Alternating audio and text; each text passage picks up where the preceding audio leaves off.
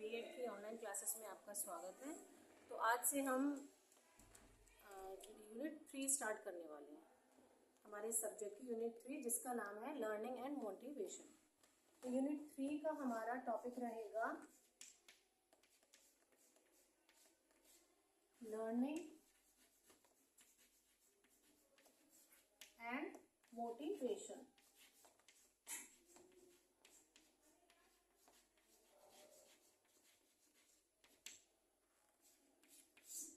Learning and motivation दोनों का क्या रिलेशन है, क्या कॉन्सेप्ट है, वो सारी चीजें हम इस यूनिट में पढ़ेंगे। तो इस यूनिट का हमारा फर्स्ट चैप्टर रहेगा नेचर, कि लर्निंग की क्या प्रकृति रहती है और क्या क्या इसके फीचर्स हैं। Nature of learning. यूनिट 3 का हमारा सब फर्स्ट चैप्टर जैसा कि आप देख रहे हैं कि नेचर ऑफ लर्निंग है। तो नेचर ऑफ लर्निंग यानी सीखने से, अधिगम से हमें क्या क्या लाभ होते हैं, क्या क्या उसकी विशेषताएं होती हैं, वो सारे हम इस चैप्टर में पढ़ेंगे। सबसे पहले हम नेचर ऑफ लर्निंग, जो हमारा ये चैप्टर है, इसका मीनिंग समझ लेते हैं कि इसका अर्थ क्या होता है। Meaning of nature of learning, इसका मीनिंग होता है इट मीन्स चेंजिंग इन, किस में बदलाव, चेंजिंग इन बिहेवियर। जब भी हम कुछ सीखते हैं तो सबसे पहले क्या होता है, हमारे व्यवहार में अंतर आता है। जो भी हमारा बिहेवियर है वो थोड़ा सा चेंज होता है। बिहेवियर, नॉलेज में चेंज होता है, हमें ज्ञान, कुछ ना कुछ एक्स्ट्रा ज्ञान मिलता है। नॉलेज, बिहेवियर में चेंज आता है। Gain knowledge, gain knowledge through practices और एक्सपीरियंस। एक्सपीरियंस के द्वारा या किसी भी चीज की कंटिन्यू प्रैक्टिस के द्वारा हमारे बिहेवियर में अगर चेंज आ रहा है और हमें कुछ नॉलेज मिल रही है, that means we are learning something, कि यही एक लर्निंग की प्रकृति है, नेचर है। नेचर को हिंदी में कहते हैं प्रकृति,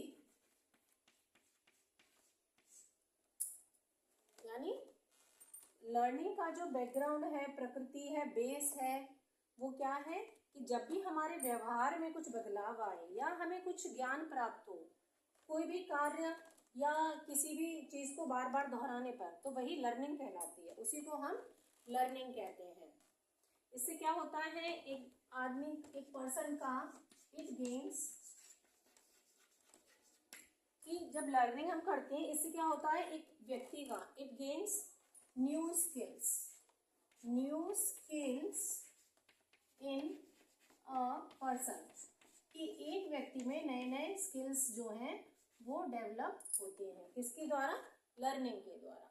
तो ये मैंने आपको मीनिंग बताया किसका, nature of learning. Nature of learning का क्या मीनिंग रहा कि बिहेवियर में जब बदलाव या कोई हमें ज्ञान मिले लगातार प्रैक्टिस या एक्सपीरियंस के द्वारा, वो लर्निंग कहलाता है।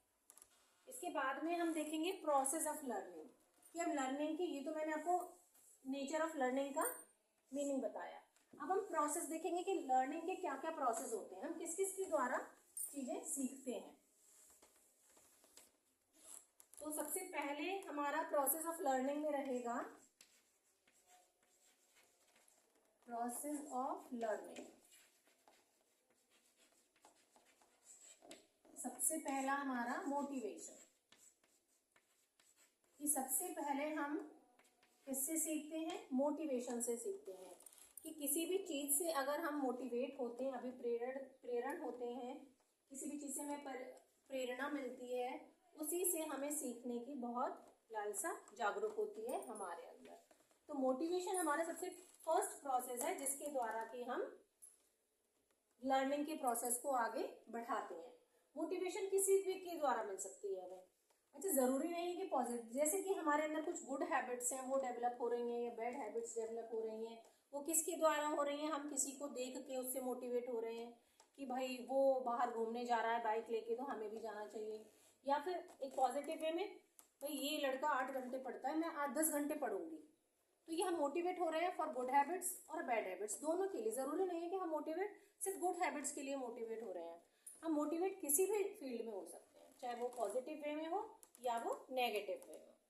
सेकंड आता है हमारा ऑब्जर्वेशन।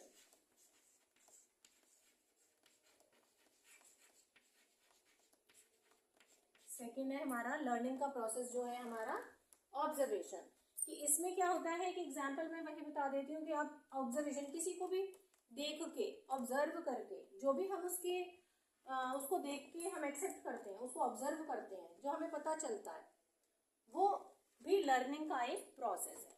उसके बाद थर्ड आ जाता है हमारा प्रैक्टिस एंड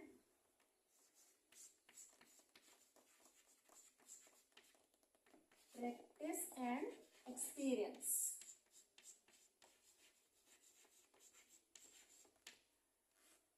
वो एक कहावत भी है ना, प्रैक्टिस एंड एक्सपीरियंस के लिए, जैसे कहते हैं कि पत्थर लग के अकल आई या पत्थर से अटक कर अकल आई। जैसे हम कह रहे हैं किसी से कि भाई तुम वहां मत जाना गिर जाओगे, उसको समझ में नहीं आएगी, वो भागता भागता जाएगा और धड़ाम से गड्ढे में गिर जाएगा।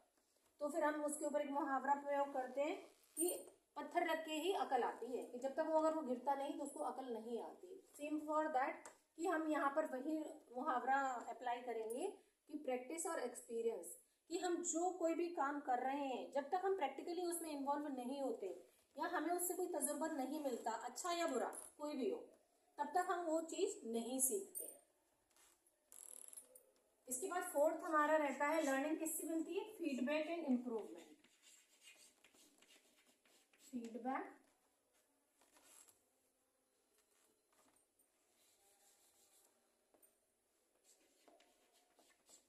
And improvement.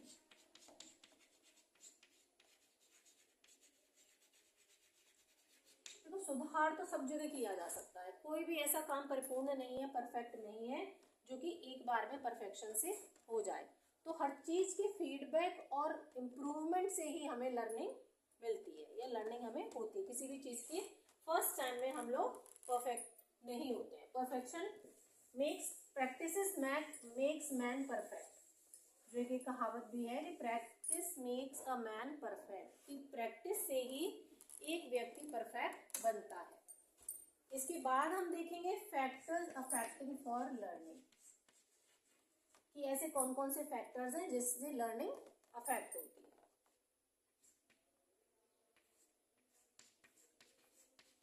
Factors affecting learning, learning के प्रोसेस में ऐसे कौन कौन से फैक्टर्स आते हैं जो कि उसको अफेक्ट करते हैं। सबसे पहले आ जाता है लर्नर रिलेटेड फैक्टर्स।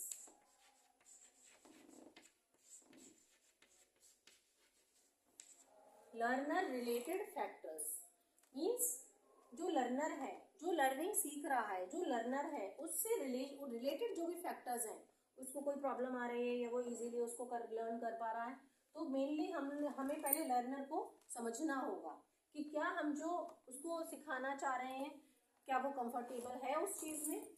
उसके बाद ही हम नेक्स्ट प्रोसेस को आगे फॉलो करेंगे, जैसे क्या वो इंटरेस्टेड है हम जो उसको सिखाना चाह रहे हैं, क्या वो मोटिवेट हो रहा है, क्या वो उसको अटेंशन से सुन रहा है, अटेंशन से कंसंट्रेटली वो उसमें पार्टिसिपेशन कर रहा है। ये सारी चीज़ों को देखते हुए ही हम इस प्रोसेस को आगे बढ़ाएंगे। और एक सबसे मेन चीज़ है उसकी हेल्थ एंड फिजिकल फिटनेस, उसकी हेल्थ और जो फिजिकल फिटनेस है वो भी परफेक्ट हो। तो लर्नर से ही बेस्ड हम लोग सबसे पहले लर्नर से जो भी उससे फैक्टर्स उससे रिलेटेड है, चाहे फिजिकली मेंटली जो भी फैक्टर उससे रिलेशन रखते हैं, सबसे पहले इफेक्टेड वही फैक्टर्स होते हैं। उसके बाद सेकंड आ जाता है हमारा teacher related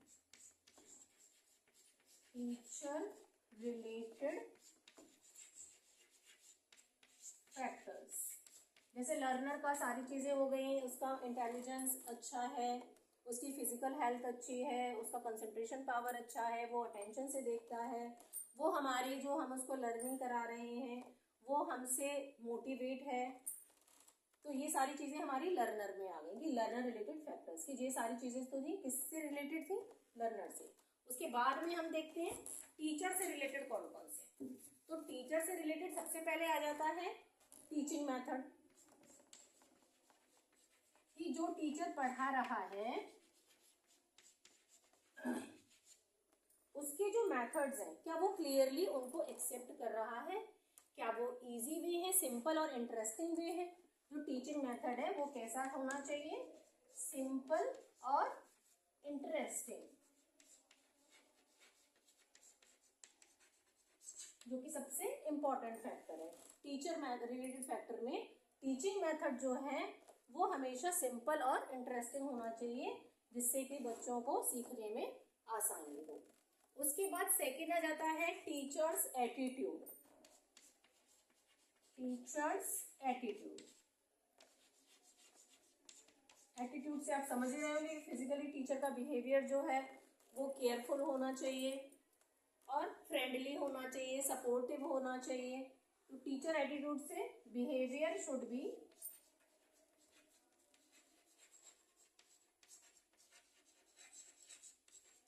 friendly and supportive. इस लाइन का एक एग्जांपल देती हूँ कि टीचर शुड बी फ्रेंडली और सपोर्टिव। अगर टीचर आपको स्ट्रिक्टली पढ़ाता है कि हाँ भाई उसने मेन पढ़ा दिया, चुपचाप शांति से सुनो, उसका अच्छा समझ में आता है, या एक फ्रेंडली होके टीचर आपकी सजेशन भी पूछ रहा है, आपके बारे में पूछ रहा है, बेटा आपको बताओ, एज अ स्टूडेंट नहीं, मैं एज अ फ्रेंड आपसे पूछ रही हूँ कि क्या आपको ये समझ में आया, नहीं आया तो क्यों, कहाँ मुश्किल रही आपको, क्या दिक्कत आई, तो उसका ज़्यादा बेटर समझ में आएगा कि हाँ मैम बहुत फ्रेंडली है, बहुत सपोर्टिव है और वो हमारी परेशानी भी समझती हैं। अगर हम जो पढ़ा रहे हैं बच्चों को नहीं समझ में आया तो हम उनसे बार बार पूछेंगे कि कहाँ उनकी प्रॉब्लम है और उनकी प्रॉब्लम को सॉर्ट आउट करने में उनको सपोर्टिव रहेंगे उनके लिए। तो ये सारे जो बिहेवियर है, जो टीचर एटीट्यूड है, ये भी सबसे इम्पोर्टेंट फैक्टर है लर्निंग में। इसके बाद में थर्ड फैक्टर रहता है हमारा, मैं इसको रेस कर देती हूँ। दो फैक्टर तो ये हो गए लर्नर रिलेटेड फैक्टर, दूसरा हमारा हो गया टीचर रिलेटेड फैक्टर, और थर्ड आ जाता है एनवायरनमेंट रिलेटेड फैक्टर। एनवायरनमेंट कैसा होना चाहिए,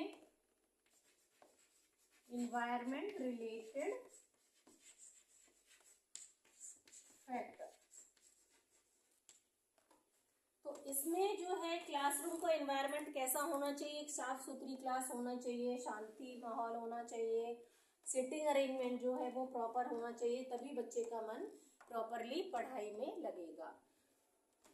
आप देख रहे हो जैसे जो प्राइमरी स्कूल्स होते हैं उनमें सीट्स जो बेंचेस हैं अवेलेबल नहीं होते, तो वहाँ के बच्चों का कैसा रहता है। और जहाँ आपको अगर एसी क्लासरूम्स, गर्मी है, लाइट नहीं आ रही है, तो आप कुछ नहीं सीख पाएंगे, मैम गर्मी लग रही है, लाइट नहीं आ रही, प्लीज़ मैम अभी नहीं पढ़ाइए। तो इस टाइप के जो इन्वायरमेंट है वो भी इफेक्टेड होते हैं। तो जो क्लासरूम का इन्वायरमेंट है quite clean and positive surrounding होना चाहिए, होमली इन्वायरमेंट होना चाहिए, है ना। इन्वायरमेंट कैसा होना चाहिए, class should be clean, quiet and proper sitting arrangement.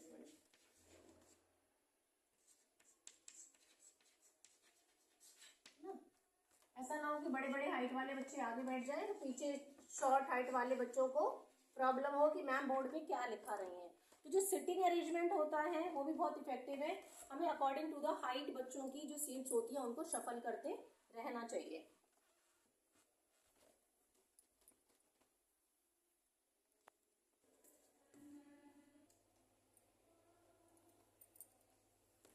Third हमारा इन्वायरमेंट रिलेटेड फैक्टर था, तो फर्स्ट उसमें हो गया क्लासरूम इफेक्ट, सेकंड हो जाएगा हमारा होम इन्वायरमेंट, कि सिर्फ बच्चा स्कूल में नहीं घर से भी सीखता है, कि उसका होम का जो इन्वायरमेंट है, होम इन्वायरमेंट है, वो कैसा होना चाहिए, सपोर्टिंग एंड एनकरेजिंग पेरेंट्स, कि उसको जो पेरेंट हैं, उसके जो माता पिता हैं, वो सपोर्टिव होने चाहिए और कैसे होने चाहिए, एनकरेजिंग होने चाहिए, कि उसका उत्साह बढ़ाएं और उसको उसके हर सीखने की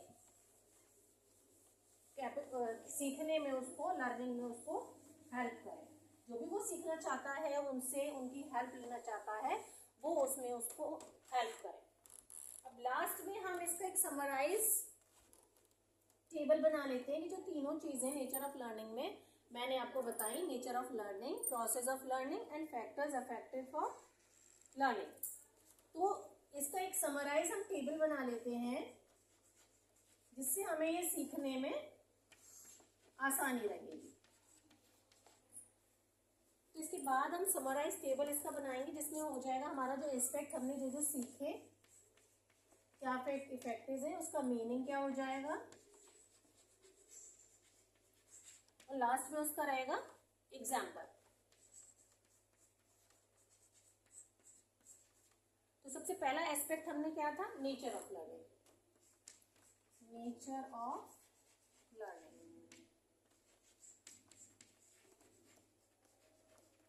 सेकेंड था हमारा प्रोसेस ऑफ लर्निंग, क्या किस प्रोसेस के थ्रू हम सीखते हैं, क्या क्या वेरियस प्रोसेसेस मैंने आपको बताए थे, प्रोसेस ऑफ लर्निंग।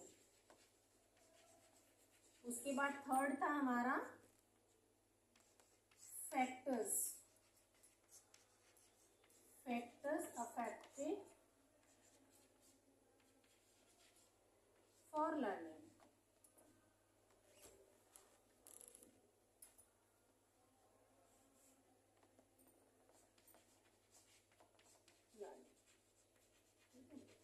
अब इनकी मीनिंग देख लेते हैं हम वन बाय वन। इसमें चेंज इन बिहेवियर हो जाता है,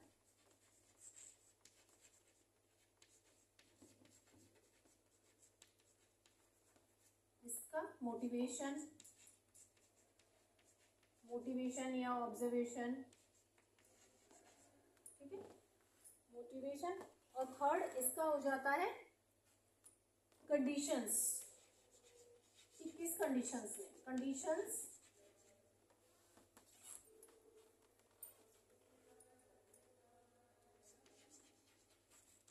दैट हेल्प, कि किस कौन सी कंडीशन है जो उसको हेल्प कर रही है, वो फैक्टर्स हो गए, ठीक है, वन बाय वन। अब हम एक एक करके एग्जाम्पल भी देख लेते हैं।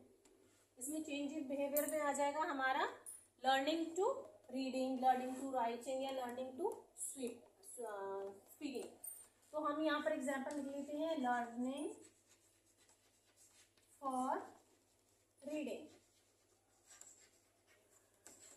मोटिवेशन में मान के चलिए हम किसी की सिंगिंग से बहुत मोटिवेट हो गए, तो हमने सिंगिंग सीखी, ठीक है। और फैक्टर्स में क्या क्या हमारे एग्जाम्पल हो जाएंगे, इंटरेस्ट, मेथड, एनवायरनमेंट, इंटरेस्ट। तो ये हमारा एक समराइज टेबल हो गया कि लर्निंग ऑफ नेचर जो है उसके क्या क्या एस्पेक्ट हैं, उसका क्या मीनिंग है और क्या उसका एग्जाम्पल है, इंटरेस्ट, एनवायरनमेंट, ओके। कि नेचर, आज की क्लास में हमने क्या क्या सीखा, नेचर ऑफ लर्निंग सीखा, उसका मीनिंग समझा और उसका एग्जाम्पल समझा। दूसरा हमने लर्निंग का प्रोसेस सीखा, उसका मीनिंग सीखा और उसका एग्जाम्पल सीखा। सेम थर्ड हमने फैक्टर्स जो कि लर्निंग को इफेक्ट करते हैं वो सीखे, उसका मीनिंग हमने सीखा और उसका विद एग्जाम्पल हमने सीखा। Okay then, thank you so much. Next class में फिर कंटिन्यू करते हैं। Good bye.